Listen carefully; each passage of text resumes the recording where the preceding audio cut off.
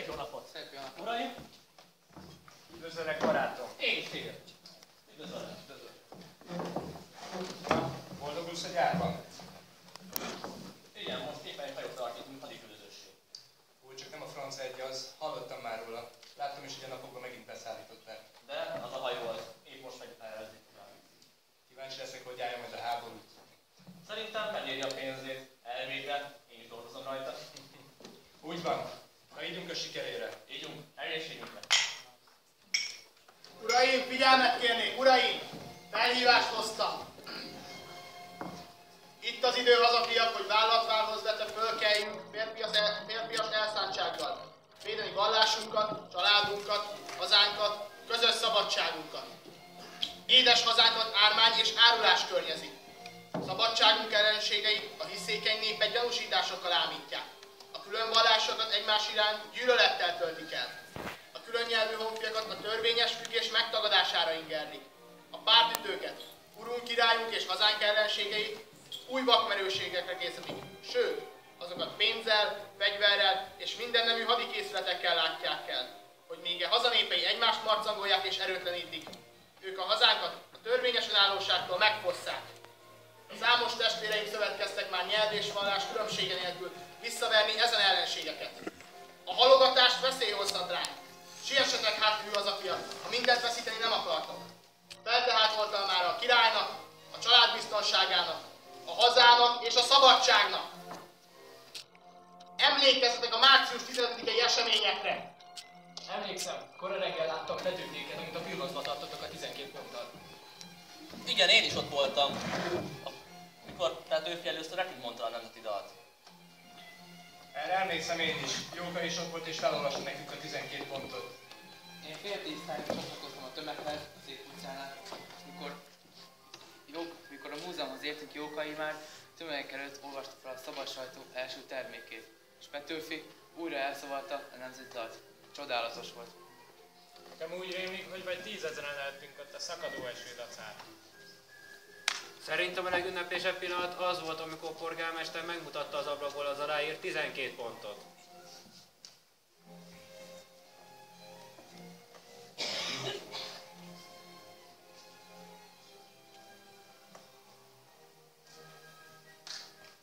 Én megyek! Én is megyek! Én is! Én is! Én is. Én is! Isten veletek, várlak vissza benneteket!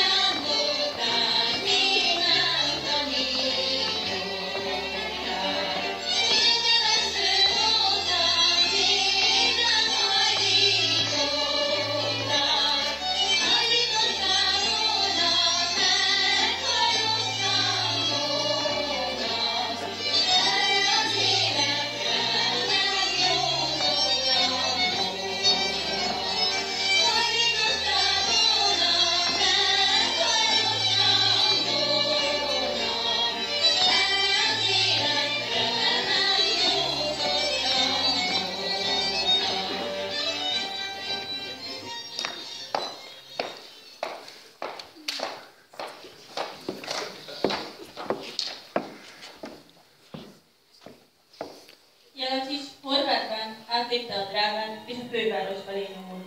Batthyány beadta a mondását. A magyar csapatok fővezére legyőzte Jalacsik hadseregét és tartalékhatos magát. udvar elfogadta Batthyány lemondását. Ugyanakkor a törvények ellenére feloszlatta az országgyűlést. Jadasicsot kinevezték teljhatalmú királyi biztosra. A végrehajtó hatalmat ideiglenes jelleggel az Országos Honvédelmi Bizottmányra ruházta a parlament, amelynek elnöke Kossuth Lajos lett. Bécsben ismét kitört a forradalom.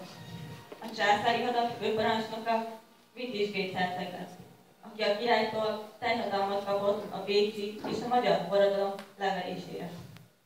Kossuth közbelépésére a magyar csapatok előre nyomultak, és Reháknál a császári sereg megállította őket.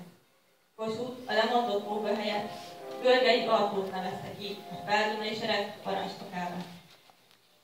Az udvarban nem mondatták 5. Ferdinándot, és helyben Ferenc Győröket ültették volna, akit a országgyűlés nem ismerte királynak, mivel nem koronáztatta meg magát törvényes királyát. Vités Bécs vezetésével körülbelül 44 000 katona lépett országunk területére. A főváros pedig tartó túleléből lévő sereggel Görgely nem vállalt el. 1848 utolsó napjaira világossá vált, hogy a főváros nem tartható. Az országgyűlés úgy döntött, hogy a képviselőházat és a kormányzatot Debrecenbe telepíti el, ami meg is történt. Ekközben Erdélyben társ seregény karácsonyra visszafoglalták Kolozsvárt, majd 1849 elején Marosvásárhelyt. Vitis Bécs bevonult Pestre. Hadjáratát győztesnek vélte, Batthyány fogságba vetette, és hozzálátott az 1847-es állapotok restaurálásához. A bécsi udvar most már biztos volt a győzelmében. Az erdélyi hadszintéren azonban megfordult a hadihelyzet. A Piski csatában nem legyőzte Kutnák hadait, a seregével bevette Nagyszemet. A biztos támasztónak fosztott császári vezér kénytelen volt seregével a román fejedelemségekbe menekülni. A Tisza mellett újra ellentámadásra sorakozott Bár, Görbei, Lapka, Auli és Damjanics közel 50 000 katonája. A fővezérletet ismét Görgelyre bízták. A diadalmas tavaszi hadjáratban a honvédsereg egy hónap alatt a Tiszától egészen Komáromig vetette vissza az ellenséget. A debreceni országgyűlés ezután döntő lépésre szánta el magát. Kimondta a magyar történelemben másodszor a Habsburg-ház trónfosztását. 1849. április 14-én a debreceni nagytemplomban Kossuth olvasta fel a függetlenségi nyilatkozatot.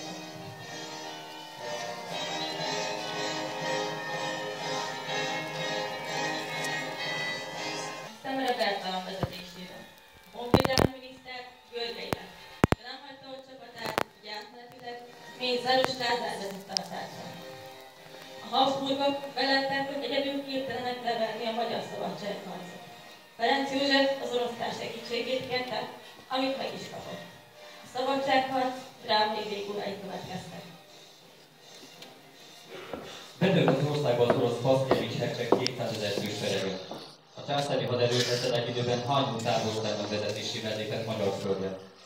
Hajnú támadását Görgely igen kemény csatában visszaverte, ő maga is súlyos fejsérülést szenvedett.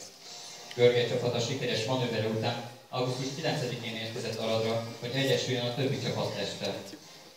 Az országgyűlés elfogadta a nemzetiségi törvényt, ám azt már nem tudták végrehajtani.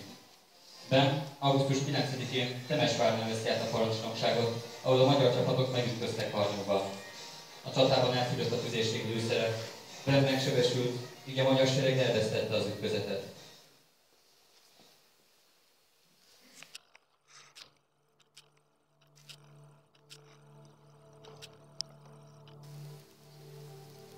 Kossuth a reménytelen helyzetben lemondott. A haditanács és a kormány Görgelyt teljhatalommal ruházta fel.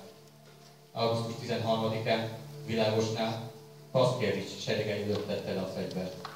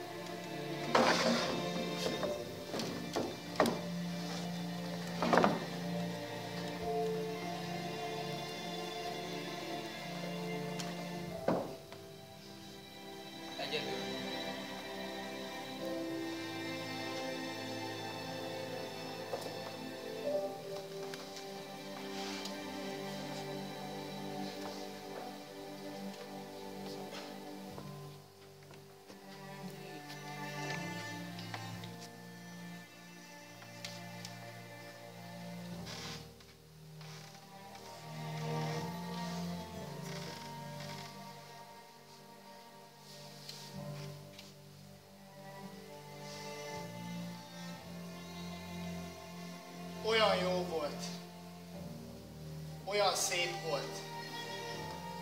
Imádkozzunk. Uram, segíts bennünket!